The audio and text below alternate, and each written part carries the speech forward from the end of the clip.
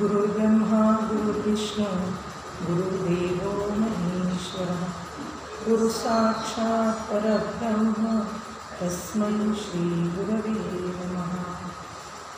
शुकासारिके पूर्णवैराग्यजाचे वसिष्ठा परिज्ञानयोगेश्वराचे कवी वाल्मिका सारिखा मान्यायसा नमस्कार माझा सद्गुरु रामदास। जय जय रघुवीर समर्थ।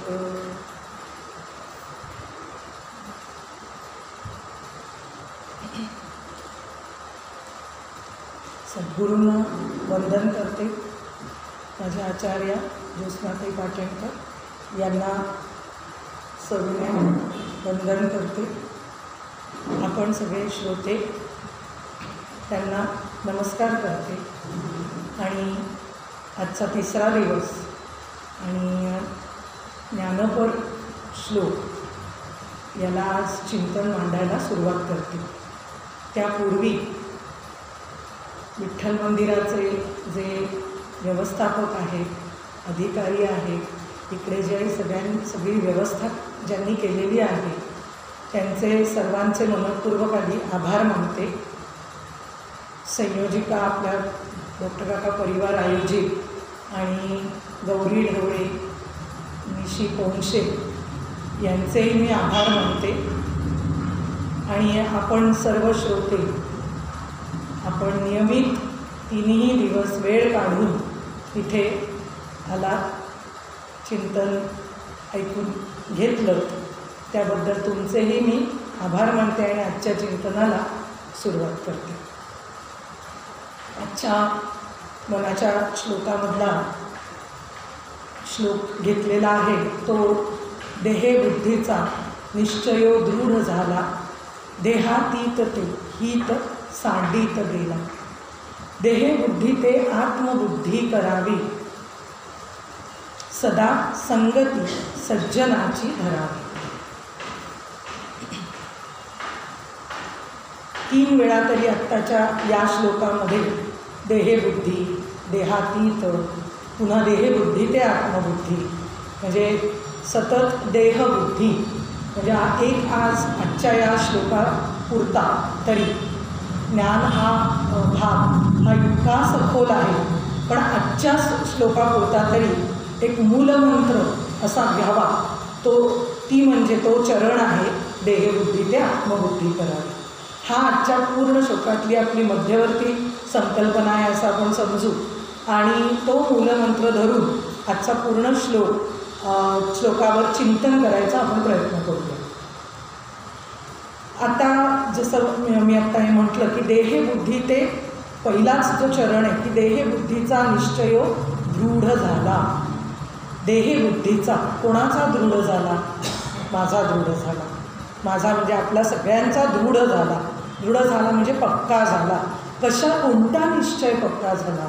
तर देहबुद्धी मी म्हणजे देह हा निश्चय दृढ झाला। मी म्हणजे मग काय आहे? मग मी म्हणजे देह नसेल तर मी म्हणजे कोण? हा भाग आला लगेच। तर शास्त्र आणि सगळे संत श्रीगुरू आपल्याला सांगतात की तू देह नाहीस, तू आत्मा आहेस। आणि इथे पहिलंच चरण देहबुद्धीचा निश्चय दृढ झाला म्हणजे आपलं काय झालं की शास्त्र आणि संतांनी सांगितलेलं आपल्याला कळलं की मी आत्मा आहे, पण इथे माझा निश्चय काय दृढ झाला आहे की मी देह आहे। बघा इथूनच सखोल आपण विचाराचं चिंतन सुरू होणार आहे। आता तुकाराम महाराज म्हणतात मुक्त झाला परी बळे झाला बद्ध, घेऊन या छंद माझे माझे। आता आपण इथे मी माझे असंही आपल्या पुरतं करून घेतलं तरी चालेल। माझे माझे मुक्त होता परी। किती संत छान पद्धतीने सांगतात की खरं तर मुक्त आहे, बळे झाला बद्ध। स्वतःहूनच आपल्याला रोजची भाषा आहे खरी, आपल्याला स्वतःहूनच करून घेतलं। बळे झाला बद्ध, घेऊन या छंद माझे माझे। हा जो भाग आहे ना देहबुद्धी म्हणजे मी देह, मी म्हणजे देह म्हणजे ही देहबुद्धी म्हणजे काय असं आपण आता हळूहळू विचार करायला सुरुवात करूया. देहबुद्धी म्हणजे सर्वप्रथम आलं की मला देह म्हणजे मी कोण असं विचारल्यावर मी उत्तर देते मी म्हणजे देह, मी म्हणजे प्रज्ञा. बरं, देह शास्त्र सांगतं 4 प्रकारचे देहाचं वर्णन करतं शास्त्र: स्थूल, सूक्ष्म, कारण, महाकारण. आज आपण त्यातले पहिले 2 जे आहेत त्याविषयी जास्त विचार करूया. तर स्थूल देह म्हणजे काय? हा अस्थि मासाचा जो समोर दिसतोय तो देह म्हणजे स्थूल देह. आणि सूक्ष्म देह म्हणजे काय? तर आपण जे बोलत होतो 2 दिवस आपण त्यावर बोलतो, तर तो अंतःकरण म्हणजे मन, बुद्धी, चित्त, अहंकार याने बनलेला सगळा जो सूक्ष्म देह तो देह. आपण आता सध्या या दोन याच्यावरच विचार करू, कारण मी देह असं ज्यावेळी आपण दृढ निश्चय करतो तेव्हा या 2 गोष्टींवर आपलं काम चालू असतं. म्हणजे एक तर स्थूल देह म्हणजे सगळ्यात महत्त्वाची गोष्ट आपल्याला असं वाटत असतं की माझं अस्तित्व हा जो आकार आहे, हे जे रूप आहे, हेच म्हणजे माझं अस्तित्व आहे जेव्हा आपण स्थूल देहाचा विचार करतो. आणि जेव्हा मन, बुद्धी, चित्त, अहंकार तेव्हा आपण काय विचार करतो?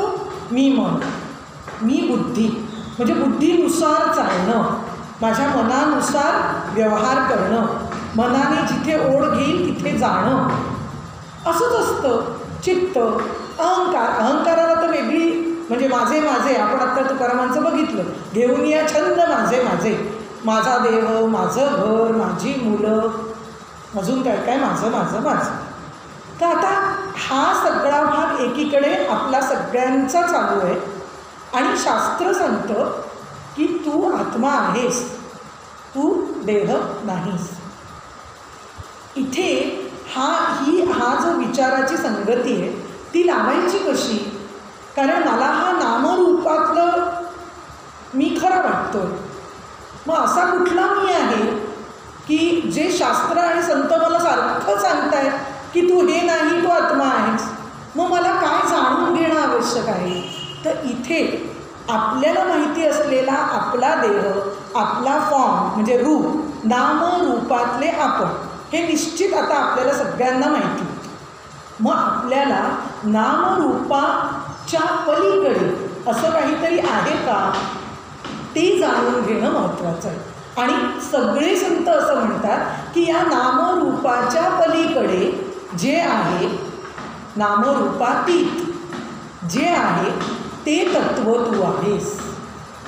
आलो आता आपण या संगतीकडे आता येतो. आपला देहबुद्धी निश्चय दृढ झाला. दृढ निर्णय काय आहे की मी नामरूपासहित असलेला मी म्हणजे जो मी प्रज्ञा आहे. कोण? इथे सगळ्यांनी स्वतःची नावं हे करून घ्या. किंवा सूक्ष्म याच्यावर गेलो तर मी मन म्हणजे भावना प्रधान, बुद्धी प्रधान, असं काही गोष्टी लावून घ्यायच्या. बुद्धीने चालणारे तर मी बाबा ज्ञानी, मनाने चालत असेल तर प्रेमळ, काय मीची सगळी विशेषणं आपण करून घेऊया.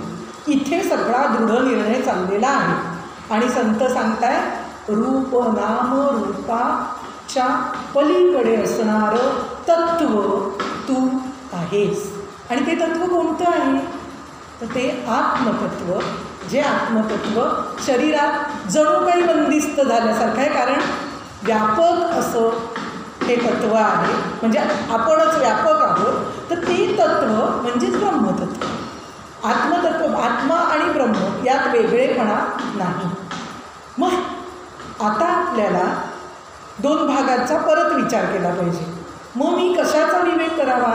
म्हणजे असं काही आत्ता विचार करताना आपण जर बघितलं की मी दृढ निश्चय याचा केला की नामरूपातला मी, संत सांगतायत रूपातीत जो आहे तत्व ते तू. मग आता काय? संत शास्त्र यांच्यावर अढळ श्रद्धा पाहिजे.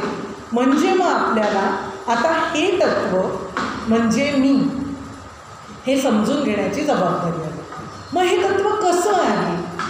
सगळ्यात महत्त्वाचं की हे जे तत्व आहे, आत्मतत्व आहे, ते कसं आहे?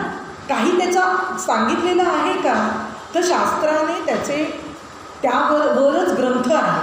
सगळे ग्रंथ त्यावर सांगतात की खरं तर ते तत्व शब्दामध्ये पकडण्याजोगं नाही, ते शब्दातीतच आहे.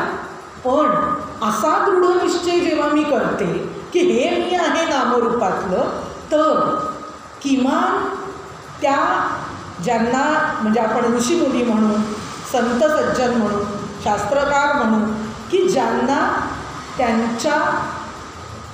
त्यांनी स्वतः विचाराने म्हणजे आपण ऋषीमुनींना द्रष्टे म्हणतो, त्यांना त्या पद्धतीने सूक्ष्म बुद्धी केल्यानंतर या गोष्टींचं स्फुरण झालं. ही प्रक्रिया झालेली. उगाचच आपण साध्या व्यवहारात आपल्याला पटलं तर आईवडिलांचं सुद्धा ऐकतो एका वेळानंतर, इतकं तर इथे असतं. मग आपल्याला इथे ऋषीमुनी जेव्हा ते एवढी मागे परत त्यांच्या सूक्ष्म बुद्धीचा भाग आहे अत्यंत, आणि त्या पद्धतीने त्यांनी नंतर अनुभव घेतलेला असतो. फक्त त्या बुद्धीपर्यंत ते थांबत नाही, अनुभव येतो, एकरूपता येते, आणि त्यातून आपल्यापर्यंत हे तत्त्व काय आहे आणि ते तत्त्व तू आहेस हे पोचावं याकरता हा सगळा अभ्यास. मग याकरता हे शब्दामार्फत संवादातनं हे आपल्यापर्यंत आलेलं. मग आता आपल्याला दृढ निश्चय जो झालेला आहे की देहबुद्धीचा निश्चय दृढ झाला, त्याचा खाली लगेच परिणाम सांगितला रामदासांनी. पण आधी आपल्याला या पहिल्या चरणात हे पक्क करायला पाहिजे पॅरलली की हा दृढ निश्चय रामदास स्वामी सांगतात, देहातीत ते हित सांडित गेला. देहातीत, अतीत, देहाच्या पलीकडे असलेलं हित सांडणे म्हणजे काय? जे आत्मसुख आहे त्या आत्मसुखाकडे लक्षच नाही आहे. म्हणजे जे आत्मसुख, तू स्वतः आनंदरूप आहेस, तू सतरूप चित्रूप आनंदरूप असणार असं तत्त्व आहे, हे सतत शास्त्र संत श्रीगुरू सांगतात. मग त्यांनी सांगितलेलं हे मी समजून कसं घ्यायचं?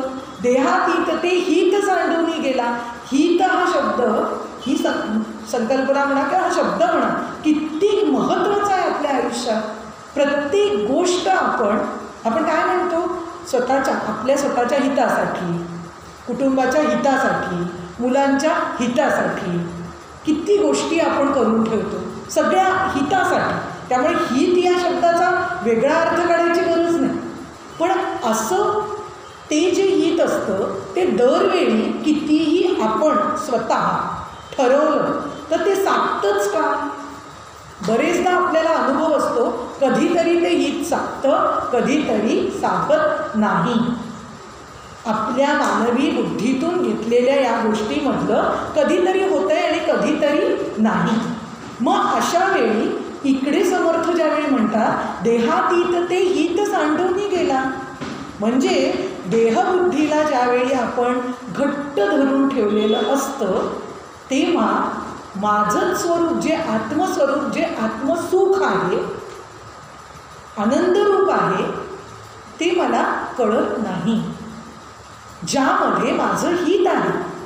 आणि मग काय बरं हित आहे माझं रूप? आपण 2 दिवस हेच बघतोय की आपल्याला रूपाकडून अरूप, माझं जे स्वरूप आहे, हे जे स्वरूप आहे त्याला नाम रूप नाही, ते अरूप आहे. त्यामुळे त्या स्वरूपाकडे जाण्यासाठी मला ते निश्चित स्वरूप कसं आहे हे जाणून घेण्याचं आधी माझं कर्तव्य आहे. आणि तिथे ते देहबुद्धीचं मुद्दाम हा शब्द महत्त्वाचा का, ही संकल्पना महत्त्वाची का? तर देहबुद्धी आधी आपण जाणूनच घेतली नाही तर हे आत्मबुद्धीकडे जा सांगताय हे कळणारच नाही. मग या देहबुद्धीमध्ये आता पुन्हा आपण पहिल्या याच्यावर आलो की हा निश्चय दृढ केला तर कुठलं हित जाणार आहे? तर आता आपण छान वेदांताच्या विषयाकडे येतो. अगदी थोडक्यात तो सांगणार आहे. त्या वेदांताचा विषय जर आपण नीट समजून घेतला ना की आपल्याला हा जो निश्चय आहे ना तो जो दृढ झालेला आहे तो हळूहळू कमी करायला मदत होणार. आणि म्हणून आत्ता हा भाग इथे सांगते की आपल्याला सगळ्यांना देहबुद्धी म्हटलं आहे म्हणजे आपल्या बुद्धीवर आपला भयंकर विश्वास असतो. आणि शास्त्र सांगतो, सगळ्यात महत्त्वाचं. व्यवहारात हे सगळं ठीक आहे बरं का, आपण या या अभ्यासाने स्वरूपाच्या अभ्यासाकडे चाललो आहे. व्यवहारात जसं वागायचं, ज्या पद्धतीने चौकट करायला हरकतच नसते. आणि आपण करून नंतर आपण ईश्वरार्पणच करायचं हे आपण काल पाहिलेलंच. पण आपला आत्ताचा भाग जो आहे की जो मी आत्ता म्हटलं की वेदांत शास्त्राच्या अंगाने तर सच्चिदानंद घन तत्व तू आहेस, एवढा एकच भाग जरी आपण आत्ता याला लावून घेतला ना, भरपूर खरे विचार आहे, पण हा एक विचार आत्ता आपण फक्त लावून घेऊ. सत म्हणजे अस्तित्व, ज्याचं अस्तित्व कशावरही कोणावरही अवलंबून नाही असं तत्व. कशावरही आणि कोणावरही अवलंबून नाही, हे सत.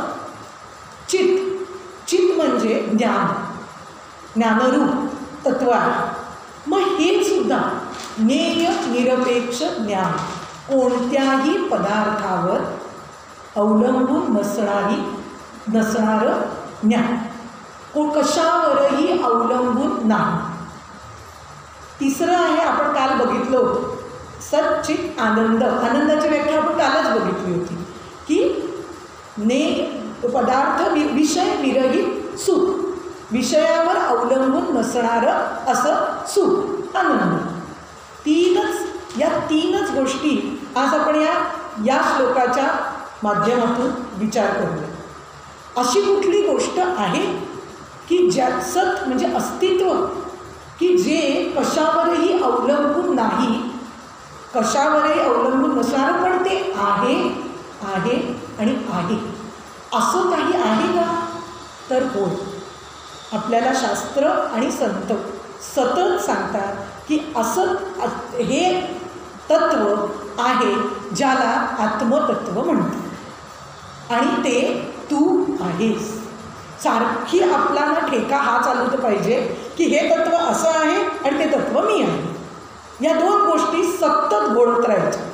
आधी ही प्रक्रिया करत राहावी लागते, मग हळूहळू साधनेने आणि मग आपण आचरणात आणलं की श्रीगुरूंच्या कृपेने अनुभव येतो.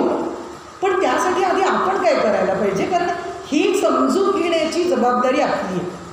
सत झालं, आहे म्हणजे पूर्वी सुद्धा होतं, आत्ताही आहे, नंतरही असणार आहे. ते आहे. आता देहे बुद्धी ते आपलं पहिलाच चाललंय, दृढ झाला आहे निश्चय की मी देह आहे. या अस्तित्व म्हटलेलं आणि आपण काय म्हणतो, पहिलं जे मी म्हटलं की मी देह, याला सगळं खरं मानतो. मग जर खरं मानतो आणि आपल्याला शास्त्र सांगतं की आहे हे तत्व तू आहेस, मग आता देह हा जर आपण विचार केला तर तो काही काळापूर्वी एका डेटला मी जन्माला आले, आपण सगळेच आत्ता आहे आणि काही काळानंतर तो जाणार आहे.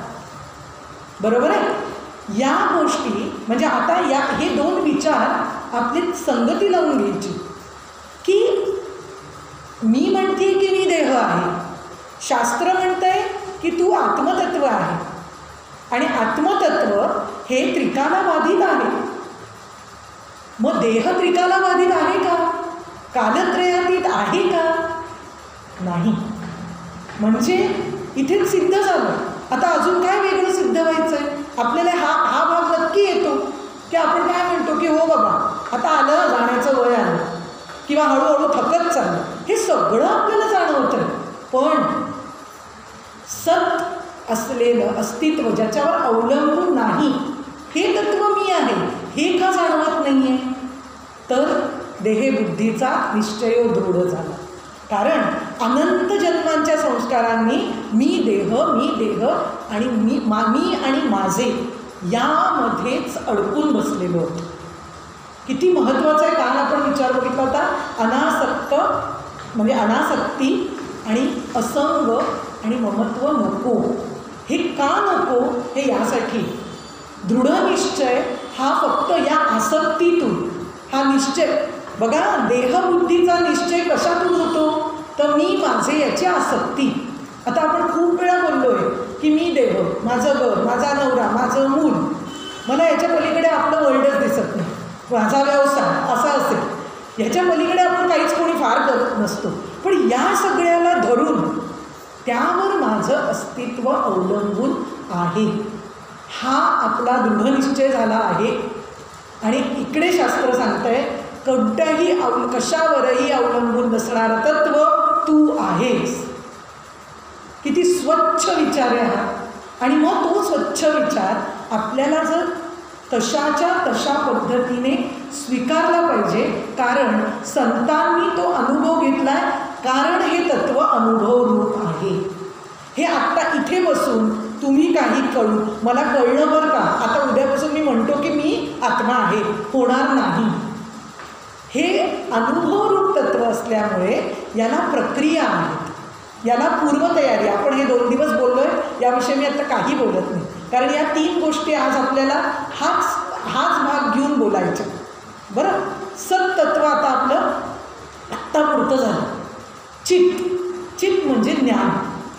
आता बघा, आपल्याला सगळ्यांना शुद्ध ज्ञान हा शब्द किंवा संकल्पना म्हणून हा खरंच शुद्ध असं म्हटलं की आपल्याला बरं वाटतं. कोणी विचारलं काय गं शुद्ध म्हणजे काय गं, अगं शुद्ध म्हणजे शुद्ध गं असं म्हणतो आपण. नाही आपण सांगू शकत, नाही कळत आपल्याला ते की आपल्याला नक्की काय म्हणायचं आहे. शुद्धता म्हणजे काय कडे संतांकडे वळायलाच लागतं या सगळ्यासाठी. कारण त्या गोष्टींचे अनुभव घेतल्यामुळे संत आपल्याकडे असं स्वच्छ आणून ठेवतात आणि आता विचार कर असं म्हणतात. तर आपण आता चित्रूप तत्वाचा करूया. याचंही उदाहरण, फार छान पद्धतीचा विचार आम्हाला सद्गुरूंनी शिकवला. आपल्याला कायम एक भेसळीचं ज्ञान आणि शुद्ध ज्ञान असा एक विचार आता आपण करूया या तत्वाविचार.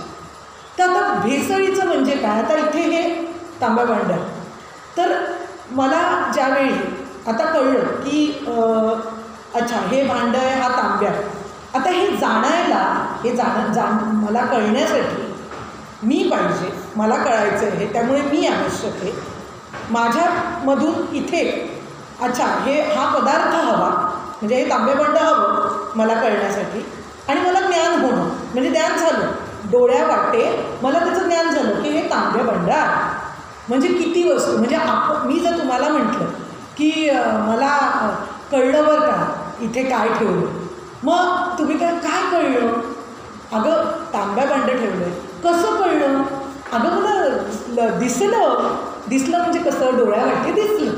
आणि कसं आहे का तांबा भांडं ते, म्हणजे असा आकार कसा आहे त्याचा, छान असा गोलाकार आहे का काय, असं उभट आहे काय आहे गं. म्हणजे जेव्हा आपण या ज्ञानाविषयी बोलत असतो ना, तेव्हा कसं आहे, काय आहे, किती आहे, भांडी 2 आहे का उभट आहे का गोल, आकार ह्याच्या सगळ्या, त्याचं रूप आकार या सगळ्याविषयी बोलत असतो. पुन्हा आपण येऊया कशावर, मी आहे डोळ्यावाटे मला या पदार्थाचं ज्ञान झालं. म्हणजे शास्त्रीय भाषेत त्याला ज्ञाता म्हणजे मी, ज्ञेय म्हणजे हा पदार्थ, आणि मला झालेलं डोळ्यावाटे हे जे प्रमाण आहे डोळा ज्ञानेंद्रिय त्याच्या वाटे झालेलं हे ज्ञान. अशा 3 गोष्टींनी मला ज्ञान होतं. रोजच्या व्यवहार आहे ज्ञानाचा, घडणारा व्यवहार आहे, ही प्रक्रिया. आता मगाशी आपण जसं सत्तत्व विचार बघितलं ना, तसंच हे ज्ञानाचं सांगते. मग आत्मतत्व हे म्हणताय तर अनुभवरूप आहे. आणि ते आता या 3 गोष्टी जे म्हटलं ना, त्याच्यात शास्त्रात त्याला त्रिपुटी असं म्हणतात. साधी गोष्ट आहे, साधा शब्द आहे. 3 गोष्टींनी ज्ञान होतं. आणि इकडे संत आणि शास्त्र सांगतं त्रिपुटी रहित जे तत्व आहे ते तू आहेस. झालं. आता बघा बरं, इकडे अस्तित्व रहित चाललं आहे, इथे त्रिपुटी रहित चाललं आहे. मग आता आपल्याला समजून घेतलं पाहिजे परत. कारण भेसळीचं मगाशी जो मी शब्द वापरला की आपल्याला रोजच्या व्यवहारात या भेसळीच्या ज्ञानाची सवय असते. हा व्यवहार आहे, आपल्याला ज्ञान होण्यासाठीचा व्यवहार, चुकीचं काही नाही.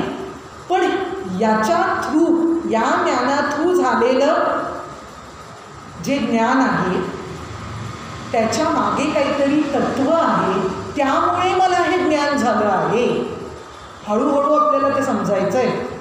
हे ज्ञान होण्याकरता त्याच्या मागे ज्ञानरूप तत्व आहे आणि ते तू आहेस असं शास्त्र सांगतं आहे.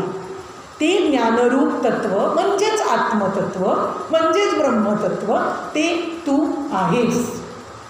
स्वच्छ सांगितलं जातं. म्हणजे काय? केनोपनिषद मला आत्ता ना असं पटपट आठवतं म्हणून सांगते. थोडंसं ऐकत गेलो की आवडायला लागतं. केनोपनिषदात एक श्रुती आहे, प्रतिबोध विदितम मतम अमृतत्वही विंदते. प्रत्येक बोधामागे म्हणजे होणाऱ्या ज्ञानामागे असणारं ज्ञान आहे. प्रत्येक होणारं मला कानाने ऐकू आलं, मला डोळ्यांनी दिसलं, या सगळ्या दिसण्यामध्ये माझ्या ऐकण्यामध्ये या पंचेंद्रिय आपण समोर आणूया, त्या प्रत्येकामागे एक ज्ञानरूप तत्व आहे आणि आपलं अनुसंधान आहे ते मी आहे. शास्त्र आणि संत सांगतायत ते तू आहेस. खूप सुंदर शास्त्राने इतकी सुंदर घडी बसवून दिलेली आहे आणि ही घडी जशीच्या तशी आपल्याला बसवावी लागते. ते विचार त्याशिवाय आपल्याला हा जो ज्ञानपर श्लोक आहे तो ज्ञानपर श्लोक रामदासांनी लिहिलेला आहे आणि मी तो पाठ केला आहे इथपर्यंतच होऊ शकतो जर मी ती घडी बसवली नाही तर. आणि म्हणून आत्ता आपण ही शास्त्र घडीचा विचार चालला की ही घडी बसवली आणि संतांनी त्याच्यावर अनुभव घेतलेला आहे. प्रत्येक होणाऱ्या ज्ञानामागे असणारं ज्ञान जे आहे, जे आत्मतत्व ते स्थिर आहे, शाश्वत आहे. मगाशी आपण बघितलं अस्तित्वाचं, तसंच हे ज्ञान. मला प्रत्येक होणाऱ्या ज्ञानामागे एक तत्व आहे ज्याच्यामुळे पंचेंद्रियांमार्फत मी सगळ्याचे भोग घेऊ शकतो. बरोबर आहे? तर तसं ते ज्ञानरूप तत्व तू आहेस. आपण हाच चरण बघतोय. हा देहबुद्धीचा दृढ निश्चय झाला. तो दृढ निश्चय आपल्याला हळूहळू कमी करत आणायचा असेल तर आपल्याला ही घडी बसवून घेणं गरजेचं. नाहीतर आपण सतत ज्ञानेंद्रियांमधनं ज्ञान होतं, म्हणजे आपली जी पंचेंद्रिय आहे त्याच्यातून ज्ञान होतं, म्हणजे बुद्धीचा हे आला म्हणून यावर जास्त मी सांगितलं. आता आनंदाचं पण तसंच आहे. ही घडी पूर्ण करूया. आनंदाचं पण तसंच आहे. काल आपण बोलता बोललो होतो की विषयांमध्ये वृत्ती इतकी रंगली आणि रमलेली आहे की आपल्याला असं वाटतं की त्या विषयाशिवाय मी सुखी होणारच नाही. पण आता लॉजिकली जर आपण विचार केला, आता पुन्हा ही घडी आधी सांगते आणि मग पुढे सांगते की विषयांसह जे असतं त्याला काय म्हणायचं? जे विषयांसह येतं त्याला सुख म्हणायचं. येतं ना, मिळतो ना सुख. आणि विषयांरहित जे असतं आणि जे असतं आणि असतं त्याला आत्मसुख म्हणायचं. इतकं साधं आत्मसुख ते आहे. पण आत्ता जसं आपण ज्ञानाचं बघितलं की ती एक ज्ञानरूप तत्व आपल्या मागं आहे, तसंच हे आनंदरूप आत्मसुख हे या बळावरच आपली इकडची सुखं आपल्याला मिळत असतात. आता कसं बघूया? कारण आपण असं समजत असतो, आपण चहा हे उदाहरण घेऊया, सर्वसामान्य चहा कॉफी काही. आपल्याला असं वाटतं की छान आता हवासा वाटतो की आत्ता चहा प्यावा असं वाटतं. तर चला आता करायचा चहा. सगळा मी आता या उदाहरणात फार रमत नाही, पण झालं एक छानपैकी आलं बिलं घालून गवती चहा सगळं करून छान सुगंध आला, म्हणजे पंचेंद्रियांना सुखवलेला आहे आणि तो चहा येतो आणि माझ्यासमोर आला. बरोबर? मी तो चहा घेतला, त्याचा पहिला घोट घेतला आणि पहिला घोट घेतल्यानंतर वा खूप बरं वाटलेलं असतं. आपण काहीही बोलत नाही, अगदी प्याल्यानंतर हा बरोबर आहे. आणि त्यानंतर चहा घेतो, आपण म्हणतो वा मला फार बरं वाटलं, फ्रेश वाटलं. आणि इथे आपण काय समजतो, मला त्या चहाने सुख दिलं. बरं का? आपल्याला म्हणजे आपण खरेच सगळी जणं आपण त्या याच्यात जातो की वा, तो चहा नसता आला ना तर मी फ्रेश नसते झाले, हा चहा आला ना, चहा प्याल्यावर मला छानपैकी फ्रेश वाटलं. हां, आता त्याच्याच पुढची, यानंतर समजा आपल्याकडे पाहुणे आले, तो चहा माझा झालेला आहे की जेव्हा मला खूप इच्छा होती चहाची, तो चहा माझा झाला. आता पाहुणे आले, मग आपण त्यांना नक्की चहा देतोच. मग त्यांना आपण म्हणतो घ्या ना तुम्ही पण चहा. नाही नाही, माझा आत्ता झाला. नाही नाही, पण तरी तुम्ही माझ्याबरोबर घ्या. बरं, मग अर्धा कप, जरा मला अर्धाच कप द्या. बरं, मग अर्धा कप, आपण अर्धा कप घेतो.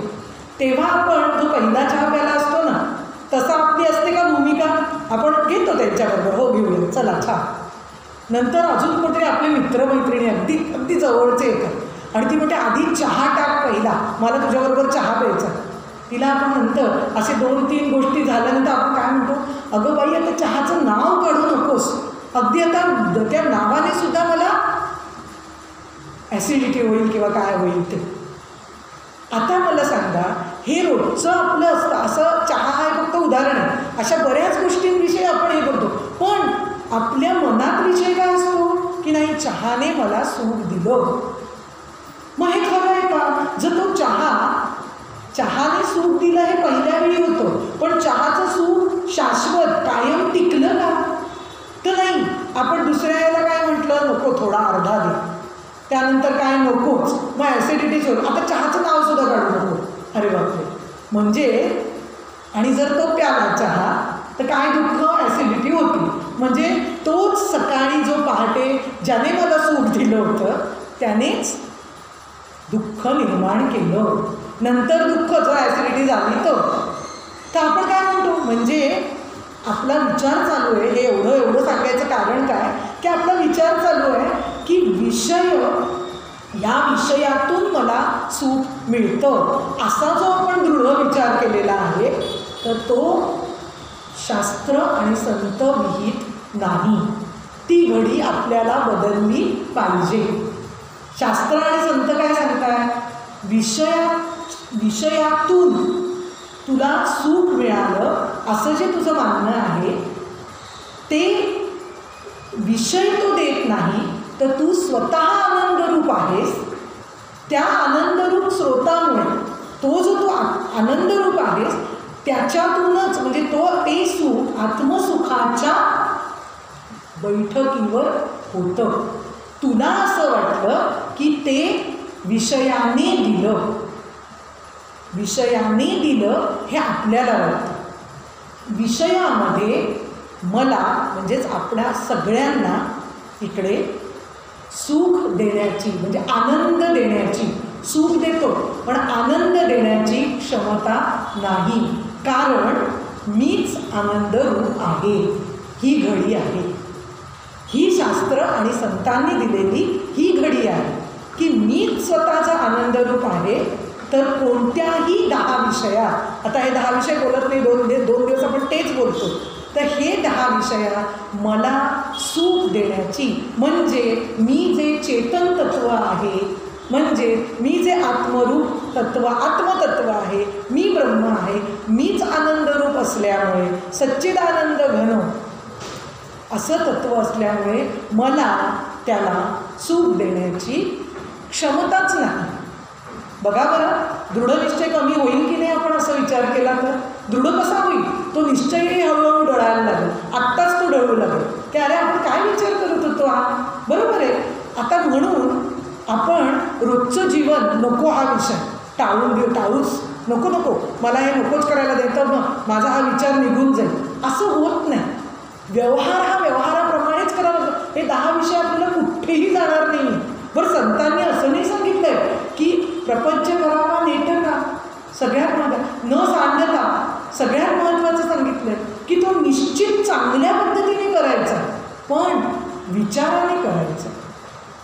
10 विषय तुमच्या प्रारब्धाने आपल्याला या विषयांमधलं अत्यंत सुख जे असेल ते आपल्या पायाशी जर आलं असेल तर ते तुम्हाला नाही म्हणायला, आपल्या सगळ्यांना नाही म्हणायला सांगितलंच नाही आहे, हरकतच नाही.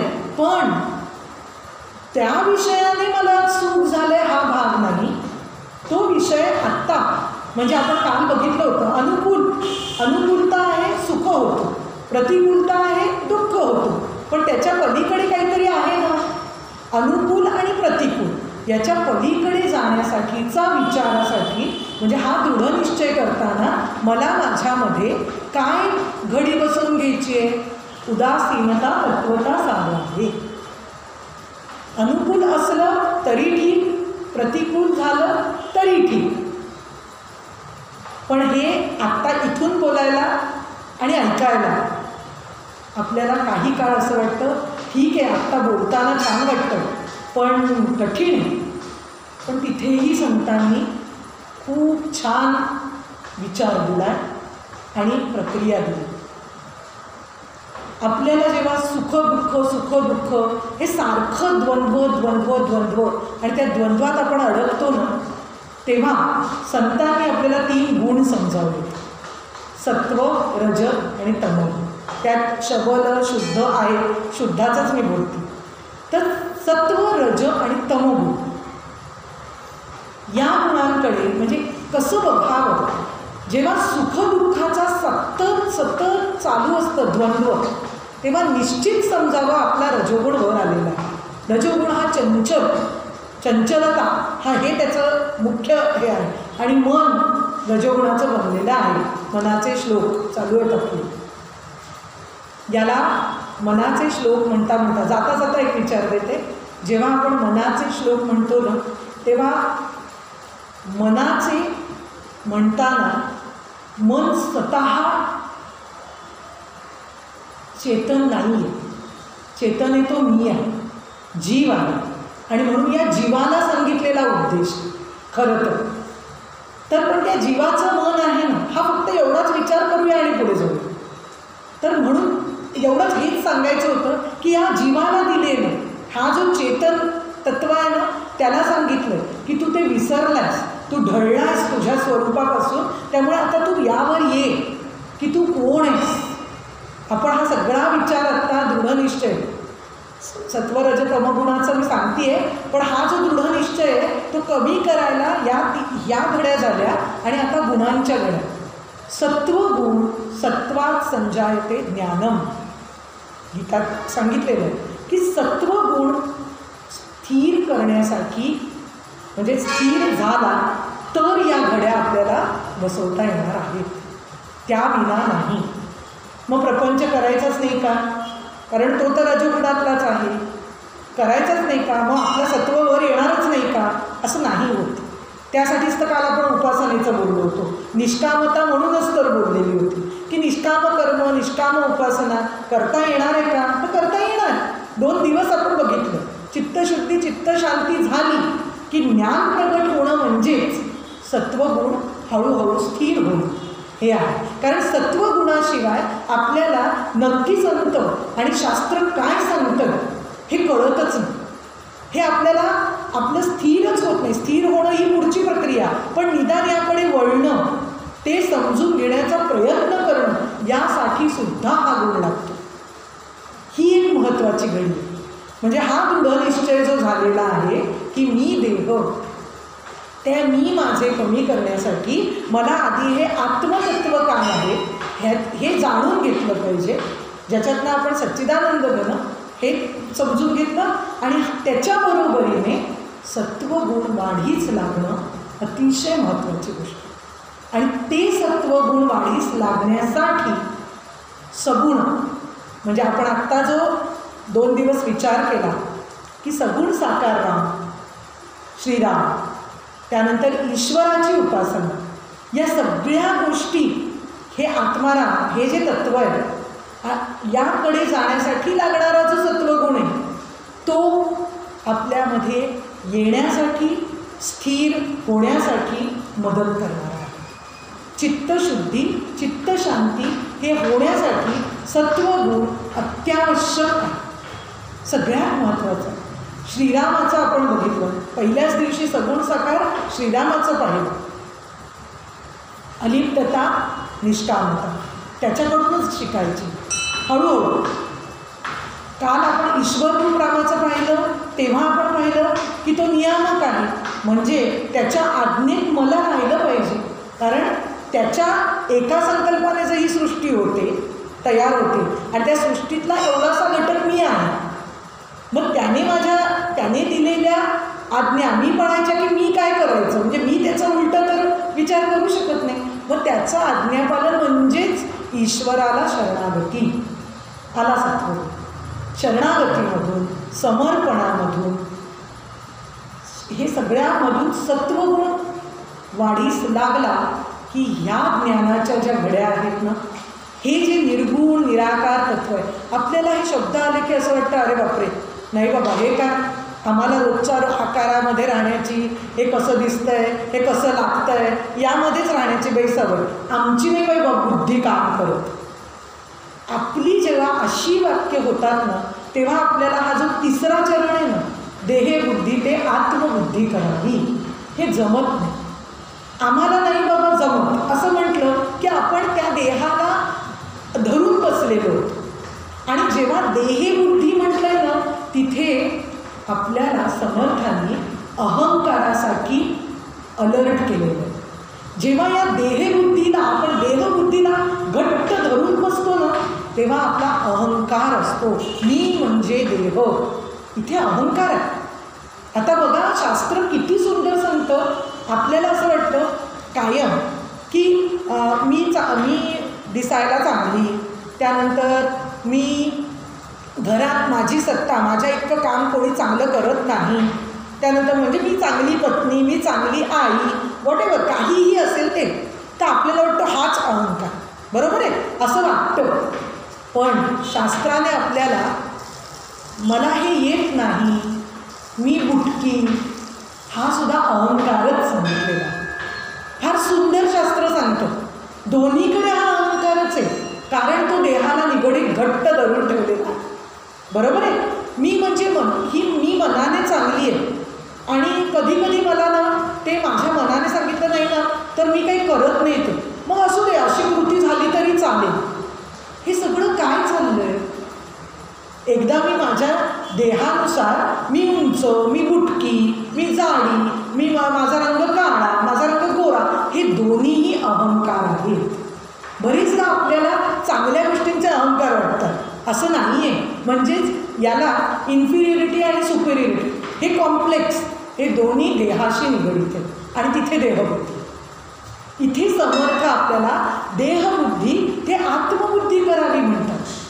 बघा, हे जे तत्व आहे, पुन्हा घडी आली आहे, आपल्याला घडी बसवून घ्यायची आजच, आत्ता, की हे जे तत्व आहे ते निरावयव आहे असं सांगितलेलं आहे.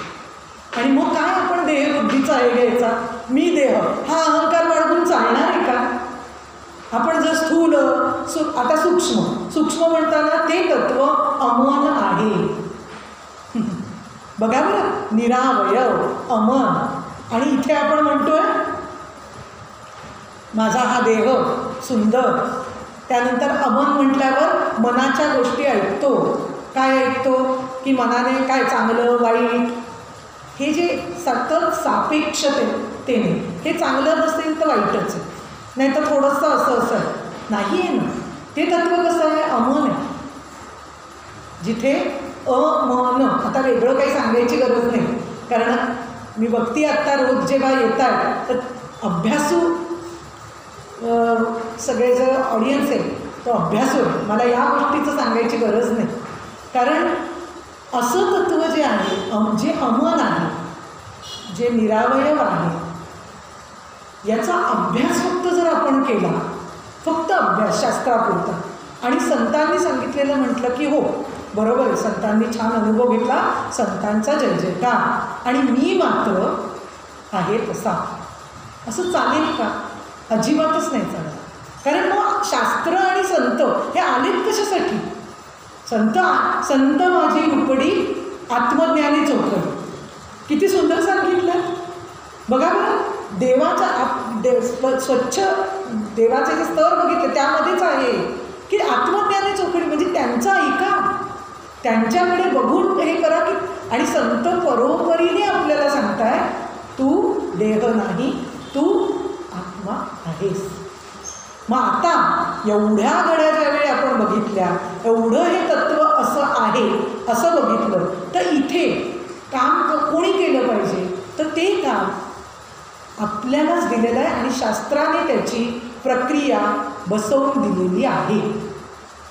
ती प्रक्रिया कशी बसवून दिलेली आहे, तर काल आपण जाता जाता हे बोललेलं होतं. समाधी आपण विवेक, वैराग्य, समाधीषटक हे आपण काल जाता जाता बोललो होतो.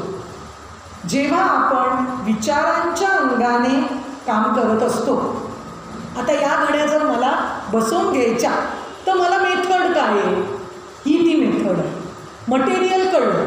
बघा आपण पहिल्या दिवशी हे बोललो होतो. मटेरियल काय कळलं की अच्छा हे अमरतत्व आहे, हे निरावय आहे, मग मी देह नाही, मी आत्मा आहे, हे सगळं मटेरियल. हे मटेरियल मला आता आचरणात आणायचं असेल तर मला मेथड नको का काहीतरी.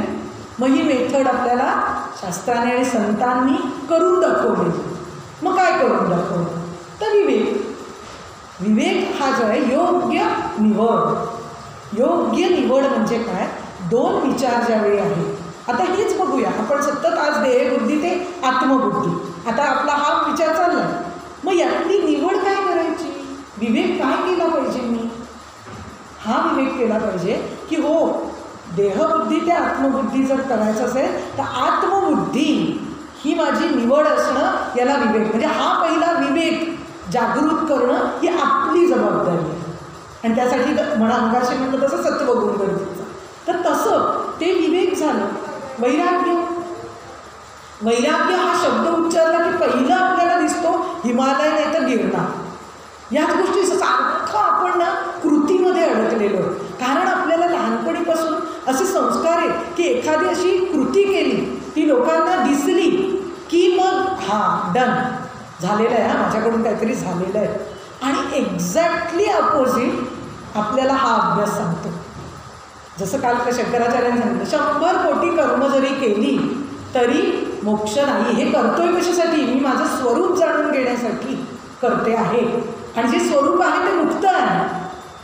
मग मी का ढळलो का त्या स्वरूप. म्हणजे काय आहे, खूप छान पद्धतीने एक भाग आहे यामध्ये की मला जेव्हा संत सांगतात अरे नाम घे, तेव्हा मला नाम घेण्याची वेळच काय यावी असं जर विचारलं तर मी का नाम घ्यावं. कारण या देहबुद्धीचा दृढ निश्चय झाल्यामुळे मी स्वतःला देह मानत असल्यामुळे माझं जे खरं स्वरूप आहे त्यापासून मी ढळलो आहे. म्हणून एवढ्या सगळ्या प्रक्रिया आहेत. म्हणजे हे कोणी आपल्यावर येऊन लादलेलं नाही आहे. सगळ्यात महत्त्वाची गोष्ट आहे, संत कधीही आपल्याला आपले विचार म्हणजे त्यांनी केलेले, त्यांनी अनुभवलेल्या गोष्टी आपल्यावर लादत नाहीत, कधीही नाही. किंवा त्याच्यातून सगळ्यात महत्त्वाचा भाग संतांच्या बाबतीत ते निरपेक्ष काम करतात. कुठलाही हेतू ठेवून संत आपल्यापर्यंत येत नाही. ती निरपेक्ष आहे. आणि तिथे म्हणजे बघा बरं, रोजच्या व्यवहारात कोणी आपल्याला काही गोष्टी जास्त द्यायला लागलं तर आपण म्हणतो काय हेतू असेल तर याचा, खरं तर काहीतरी गडबड दिसते. मग असं आपण संतांवर म्हणूच शकत नाही, कारण निरपेक्ष आहे ते. फक्त तळमळ एवढी आहे की या जीवाला त्याचं खरं स्वरूप कळावं. आणि केवळ आणि केवळ विचारांनी ते स्वरूप कळतं. केवळ आणि केवळ शुद्ध विचारांनी ते स्वरूप कळतं. आपण म्हणून शुद्ध तत्व, सत्तत्व, चित्तत्व आणि आनंद हे जाणून घेण्याचं काम आत्ता घेण्याचा विचार त्यामागे तो होता की ह्या शुद्ध विचारांनी केवळ आपल्याला मी कोण आहे हे कळणार आहे. आणि तरच आपल्याला देहबुद्धी ते आत्मबुद्धी करावी ही घडी बसवता येणार. हा फार महत्त्वाचा भाग संतांनी आपल्याला इथे सांगितला आहे. आणि आता त्याच्या पुढे सगळ्यात महत्त्वाची गोष्ट, सदा संगती सज्जनाची धरावी. फार महत्त्वाची गोष्ट. संत सज्जन श्री गुरु फार कृपाळू, अत्यंत कनवाळू अशी ही लोक आहेत. जे भ्रांतीपासून हिरतले, गुरुवाक्ये मन धुतले, आत्मस्वरूपी घातले रोवनिया. बघा असा आचार्य असल्या की किती आशीर्वाद असतो. त्यामुळे आत्मस्वरूपी घातले रोवनिया. जे भ्रांतीपासून हिरकले, गुरुवाक्ये मन धुतले. आपण शेवटच्या याला आलो की हे सगळं जर मला बसवून घ्यायचं असेल, मी मगाशी विवेक, वैराग्याला थांबले होते. अनासक्ती म्हणजे हे वैराग्य. 2 दिवस आपण अनासक्तीवर बोललेलो होतो. आणि आत्ताचा जो श्लोक आहे ना, समाधी षटक, म्हणजे आत्ता जे मी बोलले, गुरुवाक्ये मन धुतले, ही सगळी क्रियासुद्धा मला आधी जेव्हा गुरु मला सांगतात मनावर नियंत्रण, इंद्रियांवर नियंत्रण, श्रद्धा, समाधान, स्वीकार, या सगळ्या गोष्टी घेऊन मग तुला स्वतःला तुझी स्वतःची जबाबदारी आहे. गुरूंनी मला असा डोक्यावर हात ठेवला की मी मुक्त झालो नाही, शक्य नाही, कधीच नाही. ही जबाबदारी ते आपल्याला शिकवतात. आणि अशा जबाबदारीतून म्हणजे जसं नाममंत्र देतात तसंच आपल्याला सोहम साधना देतात. 6 अहम साधना आहे की तू काय कर. ही सगळी म्हणजे परंपरेने आलेल्या या गोष्टी आहेत. यामध्ये कुठेही चमत्कार नाही, अनुभवातल्या या गोष्टी आहेत. संत आणि श्रीगुरू ब्रह्मानंदे सदा डोलतू, तिथे पण खूप छोट्या छोट्या महत्त्वाच्या गोष्टी आहेत. श्रीगुरू म्हटल्यानंतर सुद्धा रामदास स्वामींनी दासबोधात त्यांना पारखून घ्या हे सांगितलेलं. हा विषय आत्ता नाही आहे, पण नक्की पारखून घ्यायचं असतं. ते कसे असतात हे दासबोधात सांगितलेलं आहे. आणि तसे गुरु डोळ्यासमोर ठेवून मी आत्ता बोलते आहे. बरं, तर ते गुरु आपल्याला काय सांगतात, तू आहेस. हा जो तू आहेस हा जो भाग आहे ना, हा विचारांचा भाग. आणि नाम, कुठलंही नाम घ्या, कोणताही मंत्र घ्या, कारण गुरु आपल्या पिंडाला बघून तसा मंत्र देतात. मग या 2 गोष्टी गुरुवाक्ये मन धुतले, ही फार महत्त्वाची गोष्ट आहे की या गोष्टीशिवाय आपण आत्मज्ञानापर्यंत पोचू शकत नाही. फार महत्त्वाची मधली ही घडी आहे. जी भ्रांतीपासनं हिरकले. भ्रांती कोणती आहे? हा जो दृढनिश्चय झाला ना, हीच भ्रांती आहे. कोणती आहे? मी देह, हे जग सत्य, मी करता, मी भोगता. एवढ्या 3 गोष्टी जरी आत्ता आपण लक्षात ठेवल्यात ना, अजून भरपूर डीप आहेत यामध्ये, खोलवर गोष्टी आहेत. पण या 3 गोष्टी जरी आपण शांतपणे त्याचा विचार केला तर जे भ्रांतीपासनं कोण आपल्याला दूर नेतं, हे श्रीगुरू. संत सज्जन तर आहेत. संत यामध्ये पण एक फरक आहे बरं का, संत आणि गुरूंमध्ये, श्रीगुरूंमध्ये. संत हे सगळ्या समाजासाठी काम करत असतात. समाजाच्या उद्धारात ते स्वच्छ असे विचार देऊन पूर्ण समाजाचं प्रबोधन करतात. श्रीगुरू प्रत्येक माणसाला, प्रत्येक इंडिव्हिज्युअल, प्रत्येक माणसाला त्याचं स्वरूप कळू दे यासाठी काम करणारे श्रीगुरू असतात. फार महात्म्य, अत्यंत संत महात्म्य, सद्गुरू महात्म्य, दासबोधातले समास आपण छान वाचून काढावे आणि समजून घ्यावे. आणि तर आपली श्रद्धा दृढ व्हायला मदत होते की अरे असं आहे. कारण बरेचदा असं होतं की आपण व्यक्ती म्हणजे सद्गुरूंना व्यक्तिरूपाने बघत असतो. म्हणजे ते ब्रह्मविद ब्रह्मैव भवती, ते ब्रह्मच आहे. आता असं सगळे वाक्य जर आपण ऐकली आणि ब्रह्म म्हणजे काय हेच जर आपल्याला माहीत नसेल तर आपण त्या श्रीगुरूंना व्यक्ती म्हणूनच पाहणार आहोत. म्हणून हे आहे ते अमन आहे, ते निरावयव आहे, अक्रीड आहे, बरीच ब्रह्माचे. आणि असं जे तत्व आहे, देहातीत असणारं जे तत्व आहे, श्री गुरुरूप राम असं म्हटलेलं आहे. आणि असेच सद्गुरू, माझे सद्गुरू हे देहातीत आहे. ब्रह्मविद ब्रह्मैव भवती, ब्रह्मतत्व ते त्या देहाच्या माध्यमातून, म्हणजे आपण त्यांना बघताना जर व्यक्ती म्हणून बघितलं तर ते महापाप आहे असं सांगितलेलं आहे शास्त्राने. व्यक्ती म्हणून सांगा बरं की व्यक्ती म्हणून बघितलं की व्यक्तीच्या बुद्धीतील सदोषता आलीच की नाही. मग काय उपयोग आहे सगळ्याचा. ते त्याच्या पलीकडे गेलेले सगळ्यातनं पलीकडे असलं तत्व आणि पुन्हा तो कळवळा येतो, जे आत्मस्वरूपी घातले रोहुनिया. आहा, रोहुनिया शब्द बघा तुम्ही, हा विचार करून बघा. एकदा ते घट्ट बसलं की बाहेर येणार नाही. आपली एक तरी कृती अशी पक्की असते का? आपण सांगू शकतो का की नाही नाही मी हा विचार केलेला आहे आणि हा होणारच? नाही हो, नाही होत. पण हे रोहुनिया आहे ना, कारण पुन्हा तेच त्या सद्गुरूंना हीच कळवळ असते, हीच कळकळ असते की अरे तू जे आत्ता या संकुचित विचारांमध्ये अडकलेला आहेस ना, तर तू संकुचित नाही, तू व्यापक आहेस.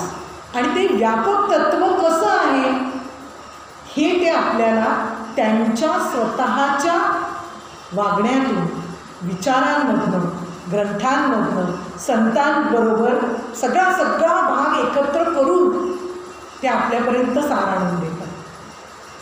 कधी कधी आपणच इतकी आपली काय फाटकी झोळी म्हणावं की आपण त्यांना ज्यावेळी कसं म्हणजे शंकेने बघतो, तेव्हा मात्र या घड्या बसणं फार अवघड, फारच अवघड. म्हणजे ती श्रद्धा येण्याकरता आपल्याला सगळ्यात आत्ता जे बघितलं की सदा संगती सज्जनाची धरावी. कारण या सज्जन लोकांच्यात गेल्यानंतरच आपला सत्वगुण स्थिर होण्यासाठी मदत होती.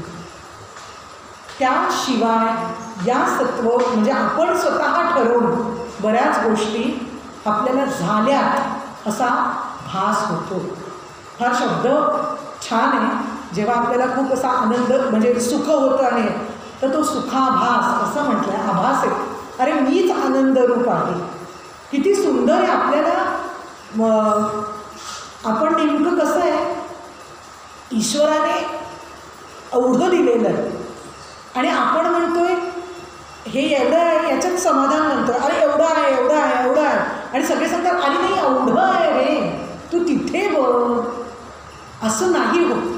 आपल्याला आपण याच्यातच, आणि आपण याच्यात समाधानात असतो असं नाही बरं का, अज्ञानात असतो. अज्ञानाची गाठ सोडण्याकरता म्हणजे अज्ञानाकडून ज्ञानाची गती देण्याकरता सद्गुरू असतात. आणि ते ज्ञानाची गती देण्यासाठीच्या प्रक्रिया म्हणजे हे जे मटेरियल आहे, ही जी मेथड आहे, ही आपल्या पिंडानुसार सांगणारे हे संत सज्जन असतात.